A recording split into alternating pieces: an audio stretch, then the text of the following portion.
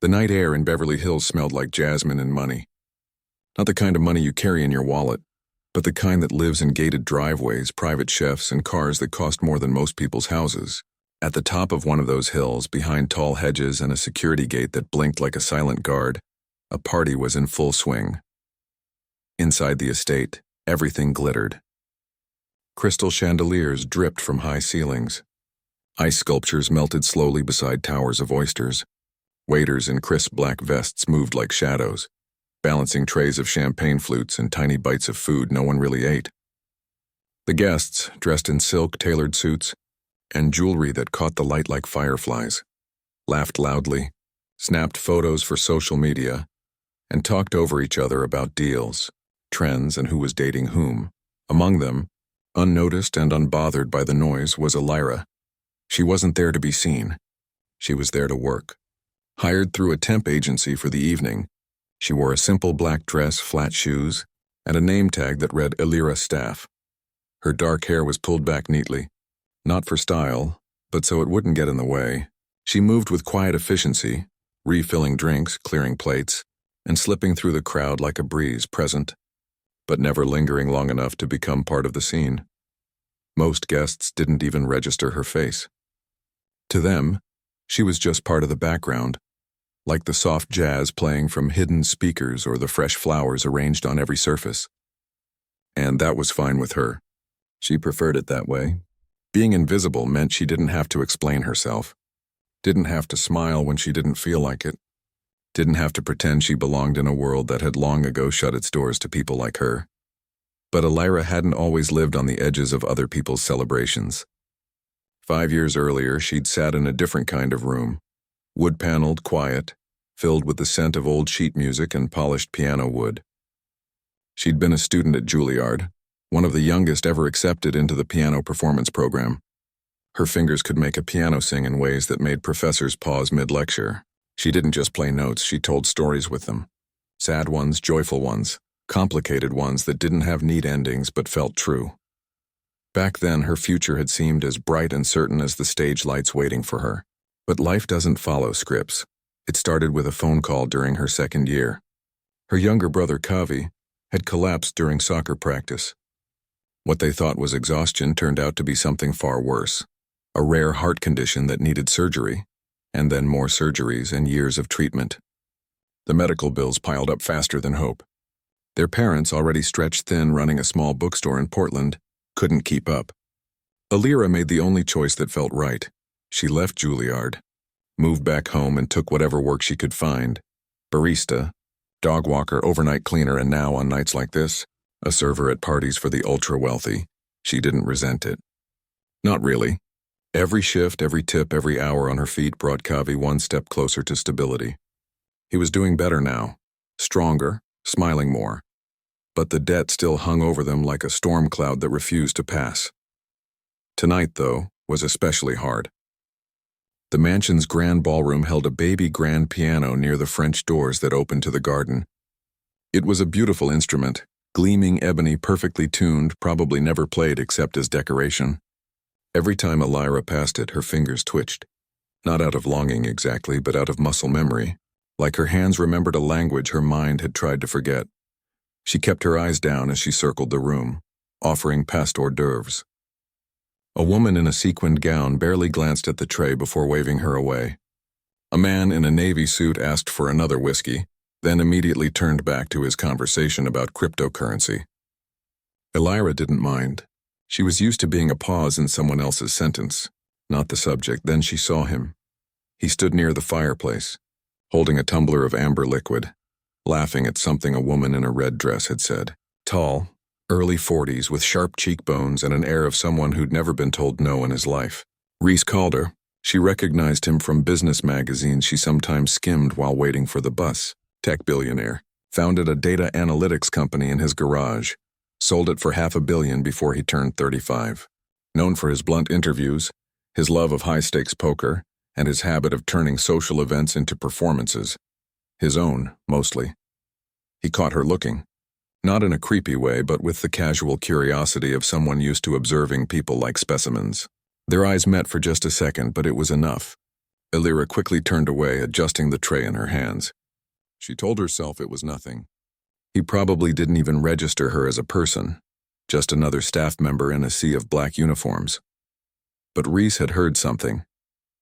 Earlier that evening, while chatting with the event planner, he'd overheard a comment. That new girl? The quiet one? Apparently she used to play piano. Like seriously play. Juilliard or something. He'd filed it away, amused. Rich people loved little talent reveals. The chef who could juggle knives. The driver who once modeled in Milan. It made their parties feel like reality TV. Now, watching Elira move through the crowd with that quiet grace, he wondered if the rumor was true.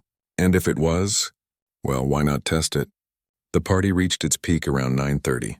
The DJ switched from ambient jazz to something with a beat. Laughter grew louder, voices looser. Reese set his glass down and stepped into the center of the room, clinking a fork against his empty champagne flute. "Attention, everyone," he called, his voice smooth but commanding. The chatter died down. All eyes turned to him. This was his stage now. "I just had the most brilliant idea," he said, flashing a grin that was equal parts charm and mischief. "We've got music, we've got drinks, we've got enough caviar to feed a small country, but something's missing." He paused for effect, then pointed directly at Elira, who had frozen near the dessert table. Yes, you, the waitress. I hear you play piano." A ripple of murmurs spread through the room. Some guests turned to look at her with mild interest. Others smirked, already guessing where this was going. "Come on," Reese continued, his tone light but firm. "Give us a little number. Something classy. Show us what Juilliard taught you." Elira's stomach dropped. Her hands went cold. She hadn't told anyone here about Juilliard. How did he know? And worse, why did he care? She wanted to say no, to shake her head, mumble an excuse, and slip out the service entrance. But she couldn't. Not without risking her job, her reference, maybe even a bad review that would keep her from getting future gigs. In this world, saying no to someone like Reese Calder wasn't just rude. It was career suicide.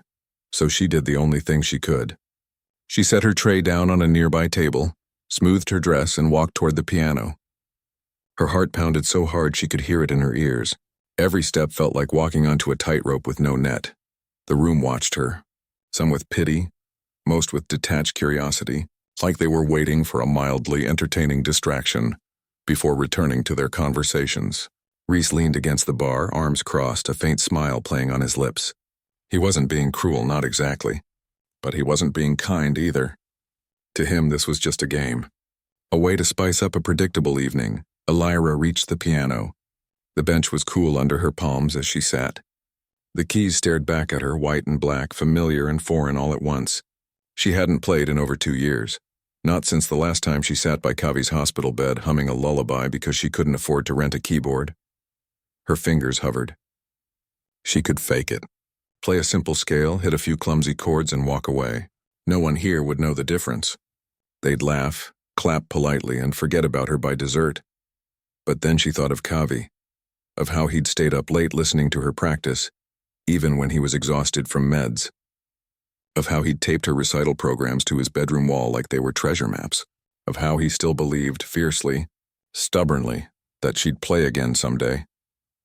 She took a slow breath, and then she began. Her fingers found the opening notes of Chopin's Nocturne in E-flat, major, a piece she used to play for her mother on quiet Sunday mornings.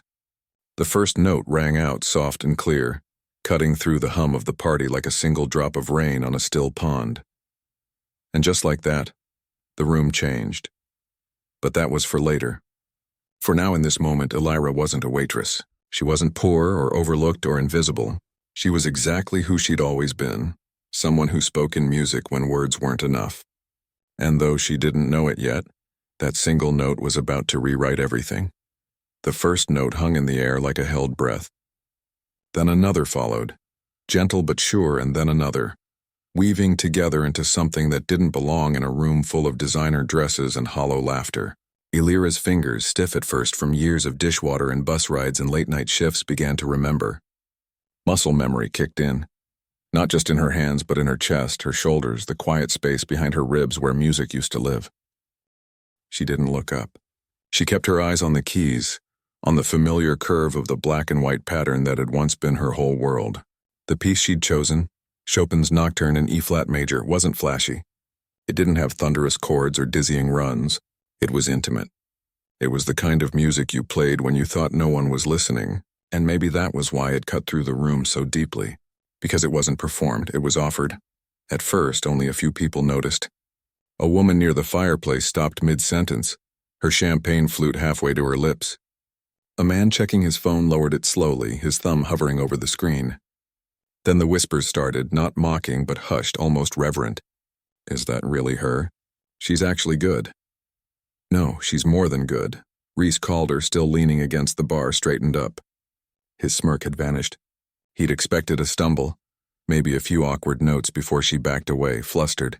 That's what usually happened when you put someone on the spot like that, especially someone working a service job at a party full of millionaires.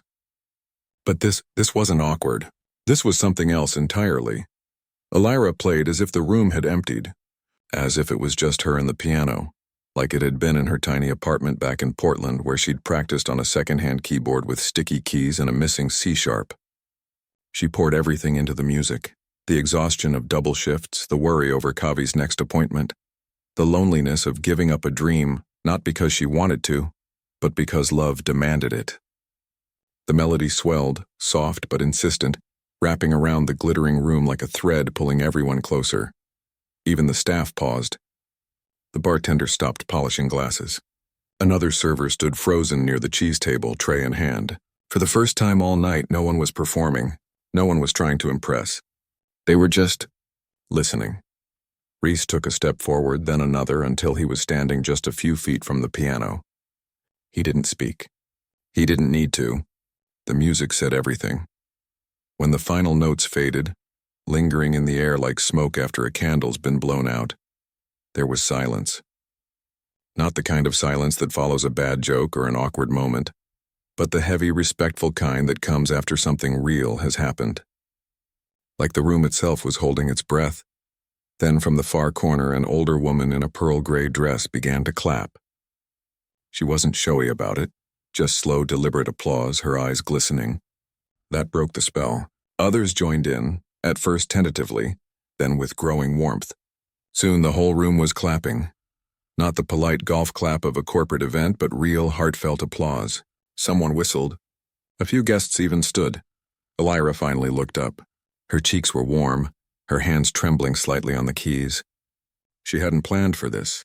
She hadn't prepared for eyes on her, for admiration, for the strange mix of pride and vulnerability that now sat in her chest like a live wire. She stood quickly, smoothing her dress again, a nervous habit, and gave a small, awkward nod before stepping away from the piano.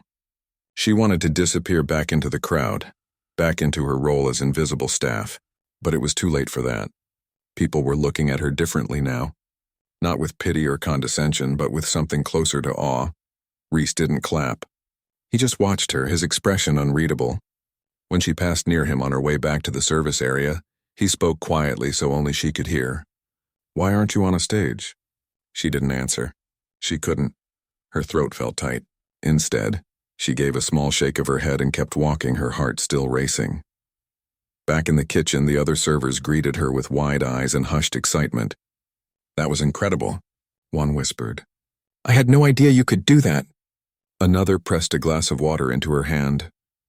For a moment, she felt seen, not as a waitress, but as a person with a story, with depth, with talent that hadn't been erased just because life got hard. But the high didn't last long. As the party resumed, music louder now, voices rising again, Elira returned to her duties. Only now, every time she entered the ballroom, heads turned. Guests smiled at her. Someone even asked for her name. It was flattering, but also unsettling. She wasn't used to being the center of attention, especially not in a place where she was hired to be background noise. And then there was Reese. He didn't approach her again that night, but she felt his presence like a shadow. He watched her from across the room more than once. At one point, she caught him talking to the event planner, gesturing toward the piano, then toward her. She couldn't hear what he said, but the way the planner nodded made her stomach twist. She finished her shift at midnight. The guests were still laughing, still drinking, but the energy had shifted. The party felt lighter somehow, less like a display of wealth and more like a gathering of people who'd just shared something unexpected. Outside, the night air was cool. She took a deep breath, trying to steady herself. Her feet ached, her back was sore, but her mind was buzzing. She replayed the performance in her head, the way her fingers had moved, the silence that followed, the sound of real applause. It felt like waking up from a long sleep. As she walked toward the bus stop, a black town car pulled up beside her. The window rolled down. "It was Reese. Need a ride?" he asked. His tone was different now, less commanding, more curious. She hesitated. Every instinct told her to say no. Men like him didn't offer rides out of kindness, but something in his eyes seemed genuine. Or maybe she was just too tired to walk 3 miles home. "I'm fine," she said politely. "I insist," he said, not unkindly. "Least I can do after." "Well, after putting you on the spot like that?" She studied him for a moment. He didn't look smug anymore. He looked thoughtful. Maybe even a little ashamed. Finally, she nodded and got in. The car was quiet as it rolled through the hills. Neither spoke for a while. Then Reese broke the silence. "You studied at Juilliard, didn't you?" She nodded. "For 2 years. What happened?" She looked out the window at the passing mansions, their lights glowing like distant stars. "Life happened," she said simply. He didn't press. But after a long pause, he said, "You've got a gift, real one. Not the kind you see every day." She didn't reply. She didn't know what to say to that. Gifts didn't pay hospital bills. Talent didn't keep the lights on. When they reached her neighborhood, a modest apartment complex with flickering hallway lights and a courtyard full of potted plants, he stopped the car but didn't turn off the engine. "Can I ask you something?" he said. "Sure. Why did you agree to play tonight?" "You didn't have to." She thought about it. "Because saying no would have cost me more than playing," she said honestly. "And maybe because part of me still misses it." He nodded slowly. Then he reached into his jacket and pulled out a business card. "If you ever want to talk about music, about opportunities, anything, call me. No strings." She took the card, not because she planned to use it, but because refusing would have felt rude. "Thank you," she said. He gave a small nod. "Get some rest, Alira." She got out of the car, surprised he remembered her name. As she walked to her building, she glanced back once. The car was still there, idling, as if waiting to make sure she got inside safely. Then it pulled away, disappearing into the night. Upstairs, Kavi was asleep on the couch, a blanket tangled around his legs, a half-finished puzzle on the coffee table. She smiled softly, tiptoed past him, and changed out of her uniform. In the bathroom mirror, she saw someone tired but alive, someone who had just reminded herself and the world that she was more than her job. She didn't call Reese the next day, or the day after, but she kept the card on her nightstand, not as a promise but as a question, and for the first time in years she sat down at the old keyboard in the corner of her room, dusty, broken key and all, and played. Just for herself, just because she could. The music didn't fix anything, but it reminded her who she was, and sometimes that's enough to keep going. A week passed and life returned to its usual rhythm. Alira went back to work, early mornings at a downtown cafe, evenings cleaning offices, weekends picking up catering gigs when she could. The party in Beverly Hills began to feel like a dream, something that happened to someone else. She didn't tell Kavi about it at first, not because she was ashamed, but because it felt too fragile to speak out loud, like if she named it, it might vanish. But Kavi noticed something different. She hummed more. She lingered by the keyboard in their tiny living room, sometimes pressing a few keys when she thought he wasn't looking. One night, while they were eating takeout on the couch, he set down his chopsticks and said, "You played again, didn't you?" She looked up, surprised. "What makes you say that?" "You've got that look," he said with a soft smile, like you remembered something important. So she told him. About the mansion, the piano, the billionaire who called her out in front of everyone.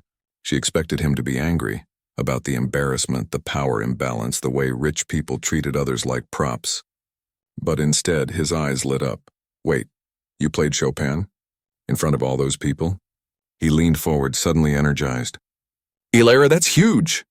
"It wasn't a concert," she said, stirring her noodles. "It was complicated. But you did it," he insisted. "After all this time, you sat down and played like it was nothing. That's not complicated, that's brave." She hadn't thought of it that way. Brave sounded too grand for what felt like survival, but maybe he was right.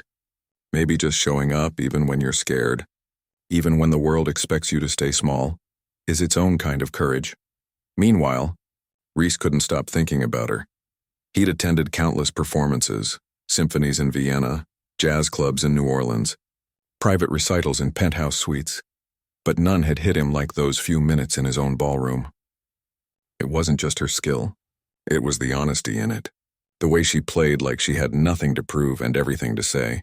In a world full of people curating their image for likes and deals, her music felt startlingly real. He didn't reach out right away. He respected the space she'd left between them. But after 10 days of replaying that night in his head, he called the event staffing agency, not to ask for her number, but to leave a message, just in case she ever wanted to talk. 2 weeks later, Illyra got a call from her agency coordinator. "There's a guy," Reese called her, "keeps asking if you're available for another event. Says it's not about serving. He wants to talk. Said to tell you it's about music." She almost said no. But Kavi, overhearing from the kitchen, gave her that look again, the one that said, "You don't have to, but what if you do?" So she agreed to meet. Not at his mansion, not at some fancy restaurant.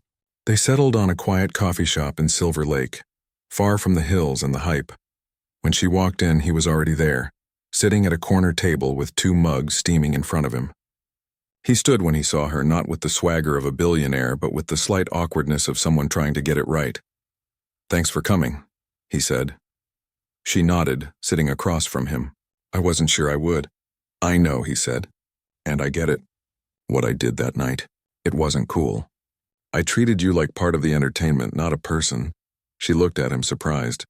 She hadn't expected an apology. "I didn't mean to humiliate you," he continued, "but I see now how it came across. And I'm sorry." For a long moment, she just studied him. His eyes were steady, his tone sincere. No performative charm, no hidden agenda she could detect. "Okay," she said finally.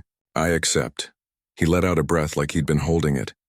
Then he slid a folder across the table. "I've been thinking. You've got a gift that's been buried under bills and bus rides and bad luck. But it's still there. Stronger than ever, from what I heard." She opened the folder. Inside were printouts, a recital hall rental agreement, contact info for a retired concert pianist named Leora Mendez, and a simple contract offering to cover Kavi's remaining medical expenses, fully, no repayment expected. Her breath caught.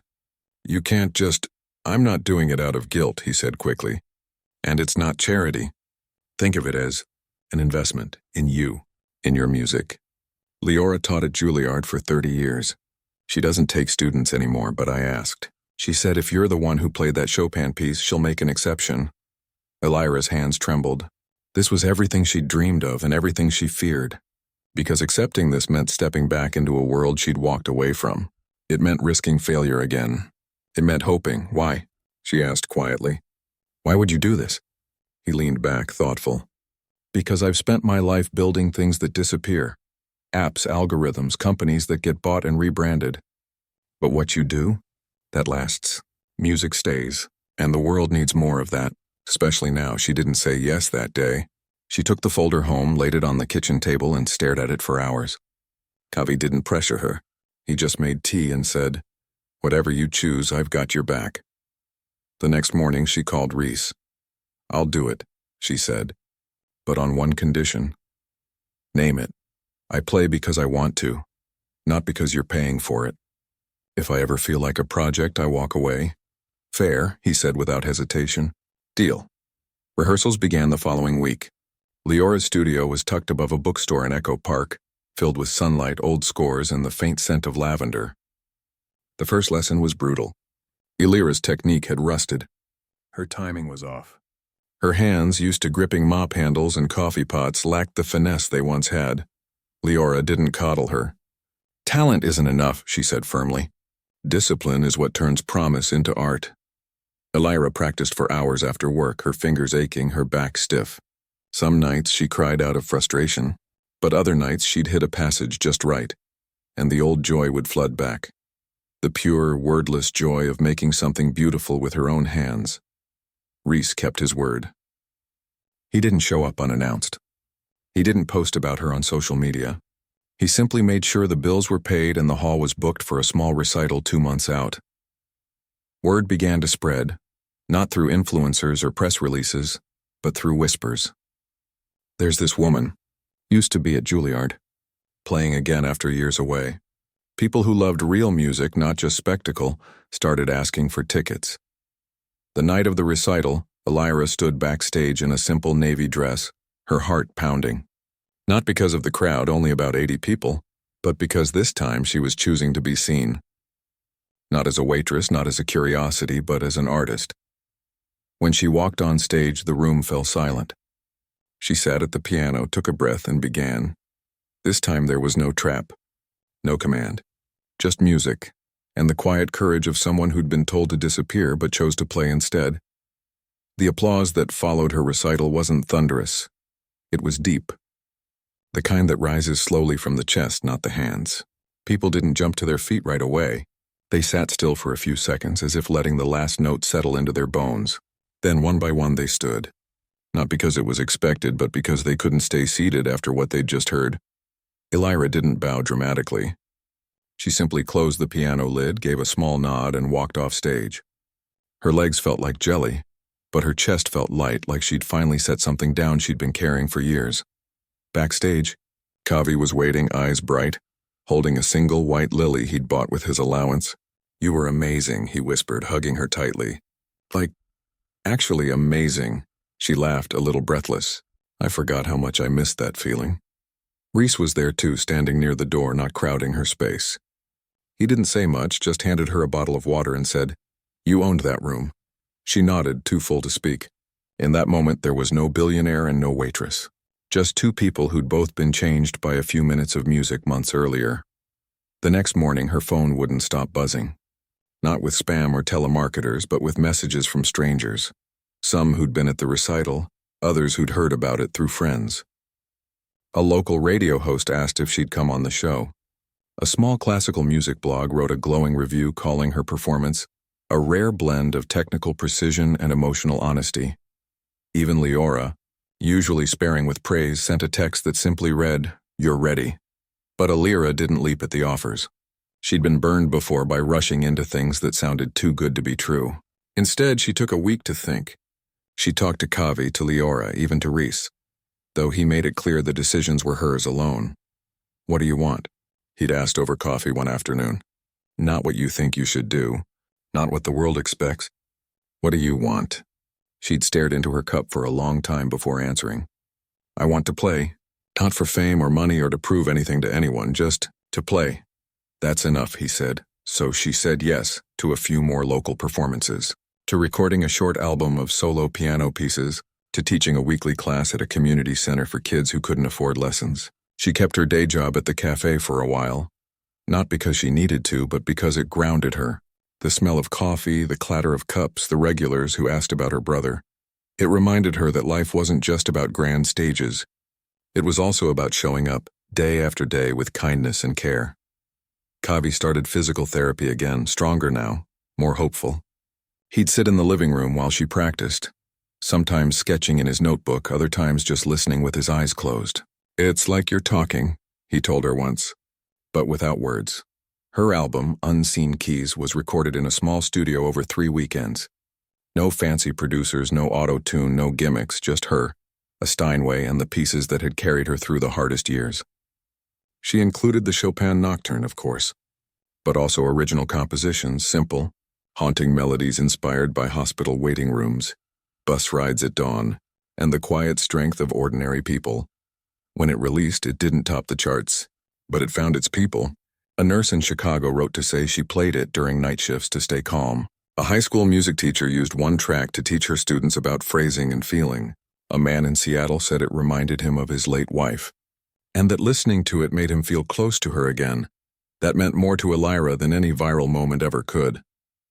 Reese, true to his word, stayed in the background. He didn't take credit. He didn't insert himself into interviews or photo ops.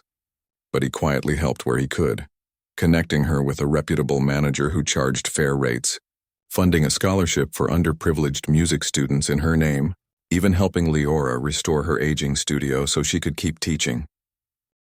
Their friendship grew slowly, built on mutual respect rather than obligation. They'd meet for coffee every few weeks, not to talk business, but to talk about books, movies, the strange beauty of Los Angeles sunsets. He told her about his own regrets, times he'd prioritized profit over people, moments he'd missed because he was too busy chasing the next big thing. She told him about the guilt she sometimes felt for leaving Juilliard, even though she knew it was the right choice. "You didn't abandon your gift," he said once. "You protected it until you could give it back to the world on your own terms." She hadn't thought of it that way. But maybe that's exactly what happened. Then came the invitation. Carnegie Hall. Not as a headliner, not as a featured soloist with an orchestra, but as part of a curated series called Voices Rediscovered, showcasing artists who'd stepped away from music and returned with deeper stories to tell. At first, Elira laughed. "Me? At Carnegie?" That's not real, but it was. The program director had heard her album, attended one of her local shows, and was moved by her journey. "Your music doesn't just sound beautiful," he told her over the phone. "It feels necessary," she said yes. Not because it was Carnegie Hall, though that still made her heart race, but because it felt like the next honest step. Preparation was intense. She practiced more than she had in years, refining every phrase, every breath between notes. Leora drilled her on dynamics. Kavi recorded her sessions so she could listen back critically. Even Reese surprised her by showing up to one rehearsal, not to critique, but just to sit in the back and listen. Afterward, he said, "You're not just playing the piano anymore. You're leading people somewhere." The night before the performance, she couldn't sleep. She sat on the fire escape of her apartment wrapped in a blanket, looking out at the city lights. Kavi joined her, handing her a mug of chamomile tea. "Nervous?" he asked. "Terrified," she admitted. "That's good," he said. "Means you care," she smiled. "Remember when you used to fall asleep to me practicing scales?" "Yeah," he said softly. "I used to pretend you were playing just for me." "I was," she said, and in a way she still was. For him, for her younger self, for everyone who'd ever been told they weren't enough, that their dreams were too big or too impractical or too late. The next evening, she walked onto the stage of Carnegie Hall. The hall was full, but it didn't feel overwhelming. It felt like a room, just a bigger one, filled with people who'd come to listen, not to judge. She sat at the piano, took a breath, and began. This time there was no command, no trap, no audience waiting for her to fail. Just music and the quiet truth that sometimes the most powerful comebacks aren't loud. They're tender, patient, and deeply human, and as her fingers danced across the keys, she knew this wasn't an ending. It was a beginning, not of fame, but of belonging. Not to a world of wealth and spectacle, but to the timeless conversation between artist and listener, between silence and sound, between loss and love, and that was more than enough. The applause at Carnegie Hall didn't feel like noise, it felt like warmth. Like a room full of strangers had leaned in at the same time and whispered, "We hear you." Elira stayed seated for a moment after the final note faded, her hands resting gently on the keys, eyes closed. She wasn't soaking in glory. She was just breathing, letting the weight of everything, the years of silence, the fear, the love that kept her going, settle into something peaceful. When she finally stood, the crowd rose with her. Not out of obligation, but out of shared feeling. She gave a small bow, not too deep, not too flashy, just enough to say thank you. Then she walked off stage, her heart steady, her steps calm. Back in the green room, Kavi was waiting, holding 2 paper cups of terrible backstage coffee and grinning like he'd just won the lottery. "You did it," he said, handing her a cup. "And you made it look easy." "It wasn't," she said, but she was smiling. Reese was there too, standing near the window, arms crossed, looking uncharacteristically quiet. He didn't say, "I told you so," or "You were born for this." He just looked at her and said, "That last piece, was that yours?" She nodded. "I wrote it last winter. Called it For Kavi After the Rain." He nodded slowly. It sounded like hope. No cameras, no interviews, no agents hovering with contracts. Just 3 people who'd been through something real, sharing a quiet moment in a room that still hummed with music. In the weeks that followed, life didn't explode into fame or tabloid headlines. There were no viral dance challenges set to her piano pieces, no reality show offers, no sudden overnight transformation. Instead, something quieter and more lasting happened. People kept listening. Her album climbed slowly on classical charts, not because of algorithms or paid promotions, but because listeners told friends who told more friends. A public radio station featured her in a segment about music that heals. A nonprofit working with teens in foster care reached out, asking if she'd consider doing a workshop. She said yes. She still lived in the same apartment, still made her own coffee in the morning, still checked in on Kavi's physical therapy schedule like it was the most important calendar event of the week. But now, when she sat down to play, it wasn't just for survival. It was for connection. One afternoon, she received a letter in the mail, handwritten on thick cream paper. It was from the elderly woman who'd been at the Beverly Hills party, the one who'd started the applause that night. Her name was Eleanor Voss, no relation, she joked, and she'd been a piano teacher for over 50 years. She wrote that she'd heard Elira's Carnegie performance on the radio and cried through the entire second movement.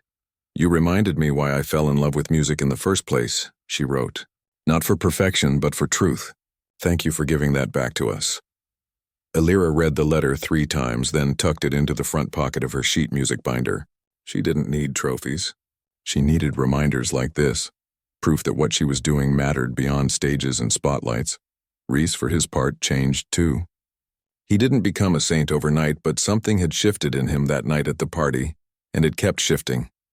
He started spending less time at high-profile galas and more time mentoring young entrepreneurs from overlooked communities. He funded a music program in a public school district that had lost its arts funding. He even took piano lessons himself, not to perform, but just to understand what it felt like to be a beginner again. He and Elira never became romantic. That wasn't the story they were living. Their bond was something rarer, a friendship built on mutual humility. He'd learned that generosity isn't about writing checks, it's about seeing people clearly. And she'd learned that accepting help isn't weakness, it's trust. One evening, months after Carnegie, they met at a small park near her neighborhood. It was spring, and the jacaranda trees were blooming, scattering purple petals on the sidewalk. They sat on a bench, eating takeout from a Thai place they both liked. "Do you ever miss the old days?" he asked, not looking at her. "Which old days?" she said, smiling. "The ones where I was broke and exhausted, or the ones where I thought I'd never play again?" "Either," she thought for a moment. "I don't miss the struggle, but I'm grateful for it. It taught me that music isn't something you own, it's something you give, and you can only give it if you've known what it's like to go without." He nodded. "I used to think success was about building something no one else had. Now I think it's about helping others build what they already do." They sat in comfortable silence for a while, watching kids chase each other under the trees, an old man walking his dog, a couple sharing earbuds on a bench nearby. Ordinary life. Beautiful in its simplicity. Later that week, Elira visited the community center where she taught piano to kids. Most of them came from families working 2 or 3 jobs. Kids who'd never been inside a concert hall, who thought classical music was only for rich people in fancy clothes. She made sure they knew differently. "Music doesn't care how much money your parents make," she told them. "It only cares if you're willing to listen and to try." One boy, maybe 10 years old, with scuffed sneakers and a shy smile, stayed after class. "Can I ask you something?" he said. "Of course. Did you ever think you weren't good enough?" She knelt so they were eye level. "Every single day," she said honestly. "But then I remembered, music isn't about being perfect. It's about being honest, and you've got honesty in your fingers already." His face lit up like he'd been handed a secret key. That night, she played for Kavi again, just for him in their living room. With the windows open and the city humming outside, he lay on the couch, eyes closed, a small smile on his face. She played the Chopin Nocturne, the same one from that night in Beverly Hills. But this time there was no audience, no judgment, no billionaire waiting to see if she'd stumble. Just music, just love, just home. The story of that party, the command, the piano, the stunned silence became a footnote in her life, not the headline. People sometimes asked about it in interviews, and she'd answer simply, "It was a hard moment that led to a good one. And I'm grateful for both. Because real life isn't about dramatic revenge or sudden riches. It's about showing up even when you're scared. It's about letting your hands remember what your heart never forgot. It's about the quiet courage of ordinary people who keep going, not for applause, but because they have something true to offer the world. and sometimes all it takes is one purse.